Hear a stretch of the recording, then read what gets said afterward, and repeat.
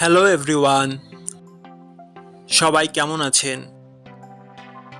আশা করি সবাই ভালো আছেন। বন্ধুরা, আমরা সবাই জানি যে টাকার রেট ভিন্ন ভিন্ন। মানে কোনো দেশের টাকার রেট বেশি, আবার কোনো দেশের কম।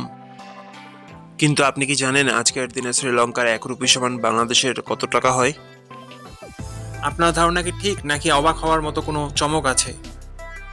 এই ভিডিওটি বিশেষভাবে আপনার জন্য তৈরি, তাই শেষ পর্যন্ত দেখুন।